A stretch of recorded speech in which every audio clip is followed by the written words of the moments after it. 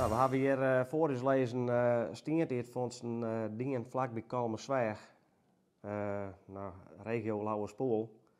En dit zijn stienteertvondsten uit een periode tot 50.000 voor Christus. Ik ben dus nu op een plek te Lanekam, vlak bij huis, werd dus echt die oude stienteert leidt. En ja, dan blijft het ziekje. Probeer je altijd de mooiste vondsten dat overtreffen. Alleen ja, het is ziekje naar het onbekende. Het is correct als visje. Als je zit gewoon bij de veer, weet je nooit wat je vangt. En dat is met het stienteert ook zo. Je rent in het land om en je had eigen iepen en goede iepen. En de ene keer zorg je al wat moois en de andere keer dan kom je bij je lege handen tussen.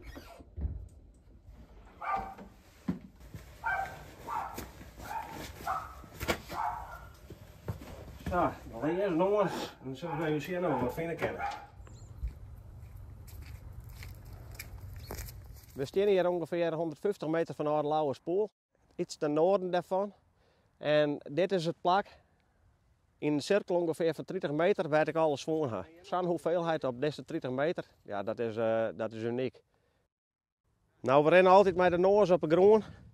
En langzaam rennen, want anders ren je die laatste steentjes voorbij. Het is nu heel lastig ziekje, want de gest is vrij heeg. We gaan een zachte gest houden.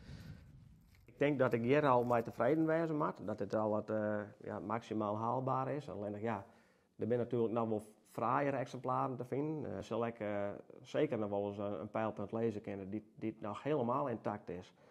En ja, daar blijf ik wel een ziekje.